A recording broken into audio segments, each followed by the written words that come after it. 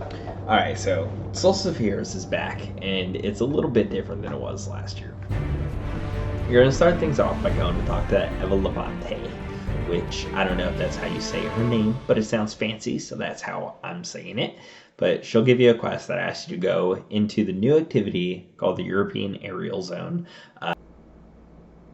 Goal is to kill as many mini bosses as you can before time runs out. Then after the timer, you're gonna fight a main boss, and then you have like a limited amount of time to run down and do like a little treasure hunt. They show you where they're at for like a couple seconds, and then you have a timer to go find a number of hidden chests as based on the number of mini bosses that you killed. Doing her quest is going to grant you the green set of Solstice armor. And just like last year, you're going to be tasked with doing specific things to unlock the next rarity and like so on and so on until you get to the legendary set. It's all pretty simple, time-consuming stuff. You're going to earn event packages, just Solstice packages from completing the EAZ.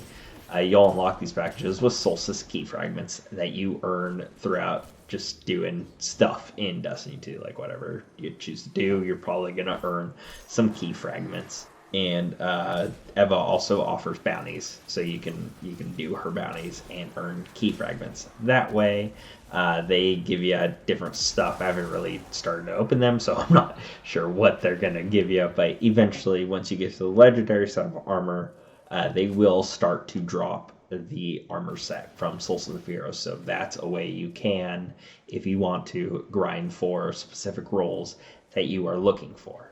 Elemental orbs are going to come back from last time. They do different things now. Arc orbs are going to increase your melee and sword damage. Void orbs are going to make you invisible, increase your ability regeneration speed, and give you true sight if you crouch for a short time. I'm not sure if you have to stay crouched to be invisible or if it's like the hunter in the old days where you would crouch for a few seconds and then it would make you invisible and you can get up and run around and stuff. That seems to make more sense to me. So I kind of hope it's that way. And then solar orbs actually make you create like a pulsing wave of solar energy, damages enemies near you. So like as you run around, it'll like pulse out and catch stuff on fire. Super cool. Each day is going to have a different singe. So today it's solar singe. Not sure exactly what it's going to be tomorrow. Maybe it'll follow like the same rotation. I know they usually like to do the same syndrome. Anyway, that's not the point. Solar singe today, super cool. Good to use for solar singe day. So those are not going to be active in comp, but they will be active in quick play. So, whatever. And then you have to collect 30 of the orbs for the effects to proc. So Eververse also has some new stuff that you can buy. Last year, there were the elemental glows that you can put on your armor. They come back this year.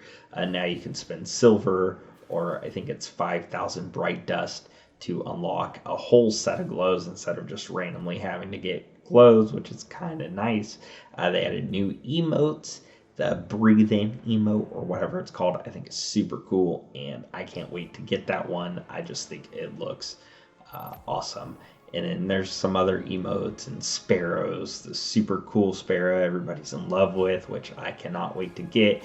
And if there were sparrow horns back again, that'd be cool. I'd put the funny silly one on that and be awesome. And there's some new ghosts and then other cosmetic stuff. There's transmit effects. I'm looking forward to the sandcastle one, and then whatever, Eververse, blah blah blah.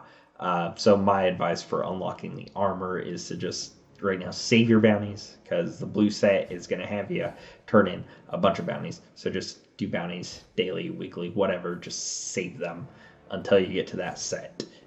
Just try not to turn in any bounties if you can.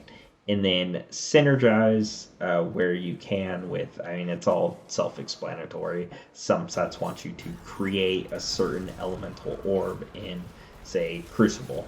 And they also want you to another armor piece once you go into the Crucible and kill Guardians. So just make sure you're on that element or using weapons of that element when you're in the Crucible. I think the Hunter set has that for strikes. So create solar orbs and strikes or whatever it is. But also do a bunch of strikes in the strike playlist. So just do the strike playlist, make sure you're on solar, yada yada, synergize where you can.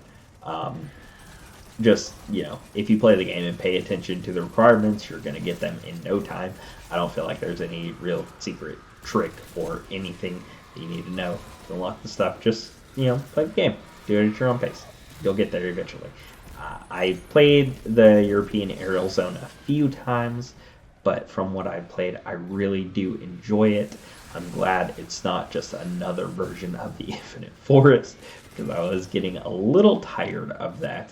The buff the elemental orbs give are excellent. I like it. It's cool.